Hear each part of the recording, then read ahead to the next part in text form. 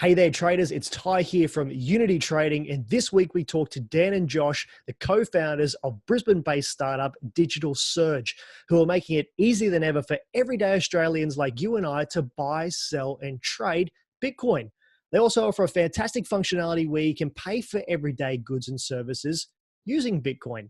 So this is a chat that we recorded late last year with the boys, and we pick it up asking them to tell us about all things Digital Surge. For more information on the boys and Digital Surge, you can head to www.unitytradinggroup.com/Digital Surge, or head straight over to the website where the boys are located at www.digitalsurge.com.au. Enjoy. Yeah, sure. So we've built an online Bitcoin trading platform. We've tried to make it as simple and easy as possible for people to use. So I think for your audience, which are mostly probably crypto people, would see ourselves as the fiat gateway. So entry and exit point if you're trying to get your Australian dollars in or out of crypto. We also have the ability to pay your bills. So if you're familiar with Living Room with Satoshi, kind of a hybrid between them and Coinbase or CoinSpot. We also do have APIs. So if anyone wants to trade or build bots, we can help them with getting that set up. Yeah, excellent. So what do you you established this to sort of make payments for cryptocurrency and that fiat exchange easier, but what is the problem that you're trying to sort of solve for everyday people and the mission behind Digital Surge? Yeah, that's a great question. So I think the big issue with crypto right now is people don't understand it. They find it too complex and they're a bit wary. They're on the fence because there has been a lot of scams and people have gotten burnt. So we really want to work with the education and raise that awareness. So that's one of the big goals for us is working on opening up the, the people that aren't necessarily aware of crypto and why specifically Bitcoin, for instance, why you should consider that as an emerging asset class. And yeah, you can diversify your investments. So if you already have investments in shares and houses and gold, perhaps you want to invest some of your portfolio in cryptocurrency. It's an uncorrelated asset. It's an emerging asset class. It has potential for really high returns, and it has outgrown existing assets over the last 10 years. So we're really excited about that, and I think it's just about making it really simple and easy for people and bringing some education and awareness to it so people understand it and they'll feel a bit more comfortable and dipping their toes in it.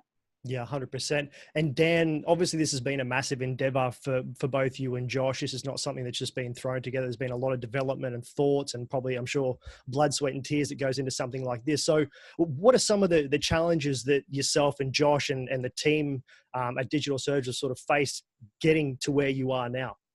To start off with, we kind of went in from a tech perspective. We set up what we thought the exchange that we wanted. And then we tested it with the market and it was way too complicated. So we had to get back to the drawing board and we completely reset our UX, simplified everything so that anyone from 18-year-old through to a 77-year-old grandma, can jump on board and they can do it. Yeah, we actually had a grandpa the other day, 77-year-old, buy some Bitcoin for his grandchildren. That's excellent. We're pretty happy with that. And we also had another lady, Irene. She's 70, I think, or 70 something. She paid her bill with Bitcoin because she saw an email that we sent out. She's like, I'm going to give this a try. That's awesome. So I think if someone at those ages can understand it and people around our age are definitely not going to have an issue with purchasing Bitcoin and sort of paying bills through the exchange as well. Yeah, exactly. And I think what current crypto people don't really understand, because my background's from technology. So before Digital Surge, I was working in the IT industry for 10 years. And I was heavily involved in the security as well. So doing audits, pen tests, and security reviews. Yep. But in doing that, I dealt with a lot of customers, business owners, people that are busy. They don't really understand tech. So I think the next wave of adoption in crypto is going to be more of the everyday general person. And they don't quite get computer systems like we do. We're tech savvy people. So you go, oh, Binance is easy or whatever. Like they see those graphs and numbers and they're like, whoa. And I think that's what Apple does so well. Like it's just simple and easy. And that's kind of where we've put our philosophy and approach to it. Yeah, I couldn't agree more. So that was more so or less the biggest response that you got from that small beta group was the simplicity of the exchange and sort of making it easy for everyday people that don't understand the crypto space to just get in there, and within 5-10 minutes they've grasped it, they bought their Bitcoin or they paid their bill. That was the biggest challenge. Yeah, exactly. We want our interface to make sense just by looking at it, not have to ask questions or read a manual. And that was who we were testing with, a lot of people that hadn't even bought crypto. So the whole thing is completely foreign to them. And it's quite interesting when you sit back and just observe someone, the way they try and do things. Like when you deal with people that don't know how to pause YouTube, like that's like another level. Like people don't grasp that concept. Yeah. So that's one thing that I noticed, Josh. You know, you and I connected over Facebook over just a random post where I reached out to you, and I clicked on Digital Surge, and I think within 15 seconds I knew exactly what Digital Surge was. So I think you've really hit the mark there, because I'm not necessarily the most tech savvy person. I definitely understand crypto, but I think as a layman person, I definitely grasp the concept. So I think you're definitely on the right track. So kudos, boys. Well done. Thank you. So you've mentioned before, you mentioned Coinbase, a couple of other competitors in the space, Living Room of Satoshi. How do you guys go out there in the market and say, all right, we've got something that's either comparable or better than this? How do you separate yourselves from people that are existing in the space? Yeah, I think that's going to be a challenge for anyone that's moving into a market that, you know, has product that's somewhat similar. But I guess for us, where we're trying to and differentiate ourselves is we're going to be looking at trying to bring new people into crypto, and that's building that trust through education and being transparent, people seeing who we are and what we do. And I mean, people get familiar and they use what they know. Like, I mean, me personally, when I got my bank account set up, I was 12 years old. I haven't changed it. It's what I know, and use it may not be the best, but you know, as long as they do a good enough job, I'm happy with it. But our philosophy, or my philosophy, has always been about over deliver, really exceed the customer's expectations, give great customer support, provide a good experience, and they'll come back. I think if we're going to compete on fees against other Australian exchanges, it's all going to be a race to the bottom, really, and then no one makes any money. So it's, I mean, we are competitive on our fees, but I think, you know, some crypto people, that's all they care about. Others, they care about, you know, the nice interface, knowing who they're actually dealing with, and their customer support. So I think that's where we're trying to differentiate ourselves in that regards. Yeah, crypto has got a very small penetration at the moment. For us, it's about the next wave of people coming on board, making sure that they can do it easily, and then we'll just work with them. Yeah. So you guys are Brisbane based, like we mentioned a moment ago. Are you planning to sort of work on a Queensland base or an East Coast base before you start to try and educate and adopt users from around the country? Or are you gonna sort of go directly out? How do you plan on getting those people in and establishing that element of trust, which I think is massive in this space? Yeah, I think for now we're going to start local. So we're already working with some of the local councils about running some workshops for them and the general public. So we're going to do some in-person events, and then from our digital strategy, we're going to be creating a lot more content, videos, articles, how-to guides, and then I think we'll see how that goes before we look at, you know, going too far. It's just easier to work local to begin with, but you know, nothing's off the table. And having that direct feedback, if you actually got someone in front of you and you run them through it, you get that direct feedback and you can make improvements straight away. So it's really valuable. Yeah, absolutely. So you mentioned fees before, Josh. Run me through it. I've never heard of Digital Surge before, or I've never heard of a CoinSpot or a Living Room of Satoshi, whoever they might be, but I'm looking to purchase some Bitcoin or cash out. Tell me, I've come to Digital Surge. Give me a quick rundown of how I might do that. Yeah, sure. So if you go to our website, digitalsurge.com.au, you'll see a little modal there. It has a buy or a pay. So that's the easiest way. You literally just go, I want to buy $1,000 worth of Bitcoin, and it will say, this is how much you'll get. You can select if you want to do a bank transfer, or you can use Poly. So if you're not familiar with Poly, it's a service that's provided by Australia Post, and it's like an intermediary between your bank and our bank, and that allows for the deposit to come into your account straight away. There's a small fee with that, but some people just want it quickly, so they're happy to pay for that. Whereas the bank transfer is once the money arrives into our bank, then we obviously credit the account and you get the Bitcoin. Yep. Yeah. Excellent. I've used Polypay myself beforehand, and for anyone listening or watching this, it's an incredibly simple way to just instantly have that funds from your bank to your wallet. So a great addition there for you guys as well. And Dan, tell us about some of those fees. What are we sort of looking? What are we expecting to sort of get when we come and buy Bitcoin or make payments through Digital Surge? And what type of payments can we make? With the fee side of things, we make it very clear. So when you're actually typing your numbers into the website, we'll tell you exactly what the fees are. So they start at 0.75%, and if you do put a lot more volume through, that'll come down over time. And with the bill pays, if it's got a BPay number, you can pay it. So that includes your Telstra bills, any bill that's got a BPay number, credit cards, or straight to any bank account. Yep. And so I think, sorry, go on, Josh. I was going to say, some people don't realize with crypto, you can use it to pay towards your holiday, pay your tax bill, which is, quite ironic if you but yeah, I mean, you can pretty much pay anything that accepts BPay.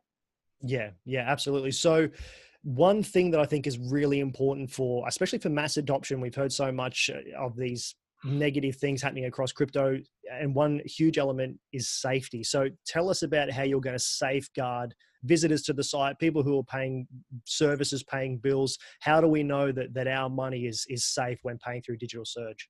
Yeah, that's a good question. Well, I come from a security background. So as I was saying before, in my previous role, I was responsible for performing the pen tests, the security audits, so breaking into computer networks and providing reports as to the steps I took to get in there. And Joe, our lead dev, and myself were both come from a security background, and we're both paranoid when it comes to security.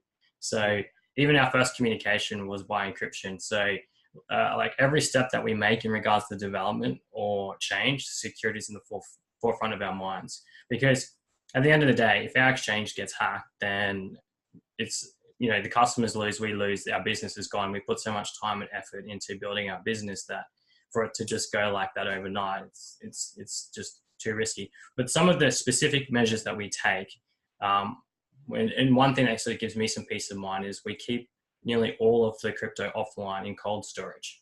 So when you make a deposit into your Digital Surge wallet, it actually goes directly offline to cold storage. And then we have our online hot wallet, which we just keep a fraction of funds in there, and that is for the day-to-day transactions. So if we did get hacked, then we're going to minimize that to the smallest amount. And what you'll see, exchanges that are reputable, they'll cover the losses to their customers, because if they don't, then they don't have a business. Yeah. I can definitely see there's a real strong ethic base behind what you guys do at Digital Surge. And Dan, tell us a little bit about the team. Who's on the team? What is your role? We've obviously had a chat to Josh here who focuses on security, but what's your role? And tell us a little bit about the team and some numbers that are working with Digital Surge at the moment. Yeah, so my role is around business development, so liaising with banks and other partnerships. And then I allow, Josh and Josh and Joe, they look after the tech. No, Joe's our lead dev. I kind of wear multiple hats. So we're the core of the team, and then we have other people that work with us like on subcontract basis. Yep. And so you've mentioned partnerships. Is this something that you will look to take to potentially small business and expand upon? How are you looking to bring other people or other businesses into the Digital Surge realm and sort of partner with people outside of your immediate team to sort of spread this mass adoption? Well, for crypto side, we're always trying to reach out to people like yourselves, influencers, people that run groups to, bring some awareness to what we're doing and hopefully bring some value to their customers. For more general mainstream, we're working on some strategies on that at the moment. So we find that, business owners or other people that have some money, but they're time poor, they don't really understand it. We're going to try and create some education with them or reach out to people that they trust as well to help get our word out there. Yeah, excellent. So you've got a great product at the moment. 3 to 5 years from now, even 12 months from now, 12 months, 6 months in crypto is such a short amount of time. We see the technology evolving so rapidly. What's next? What's the long-term and sort of short to mid-term goals for Digital Surge? The short-term goals are easy. Grow our customer base, bring on some more coins, and just build that. Long-term goals are a lot more open because what's happened in the industry the last 5 years is amazing. And Yes. I can't predict where it's going to end up. So that's the exciting part. It's pretty crazy. Like, it's not off the cards to expand into other jurisdictions, but, right now we're focusing on the Australian market and providing good service, and we'll add some additional coins on there. And you may see some coins on there that you won't see anywhere else as well. Very exciting. So what are some of the coins that you support at the moment? Is it Bitcoin? Is it Ethereum? What can we expect when we go on to DS to pay with things? Yeah, at the moment, we've only launched with Bitcoin and Australian dollars. So we see that as an issue for some people, other people not. But, if we're dealing with people that are just kind of dipping their toes in, we think Bitcoin's a good starting point. Yeah. Our next focus is adding Ether, which our dev team's working on at the moment. And that will open up to all the ERC20 tokens. We can list them as we like. Yep. But we're looking at some other coins as well that are backed by gold, and some other interesting coins like that have some really cool teams behind them, but aren't really well known. Yep. And are there any hurdles when you start an exchange like this? You mentioned that Polypay is owned by Australia Post. You're paying bills that could come from or go to any sort of business. Were there ever any issues in sort of allowing those payment portals onto a crypto-based site? There's still a lot of we have a lot of people that have negative connotations of crypto. Were there any hurdles in getting those elements adapted into DS? It's always a bit of a challenge, or you kind of feel like you're walking a tightrope at times when dealing with banks. The problem with crypto is it does unfortunately attract some people that aren't so honest. So that just causes problems for everyone. So you have 95% or 99% of people doing the right thing. It's the 1% of people that are doing the wrong thing that cause issues with banking and whatnot. So we've been working hard in establishing and maintaining our relationships. Poly is a great product. Customers love it, but it is a double-edged sword. It can cause us some headaches. We're working on different options for payment. So we're actually in discussions about getting either like debit card type payments, like what Coinbase does. There's no one else in Australia does that.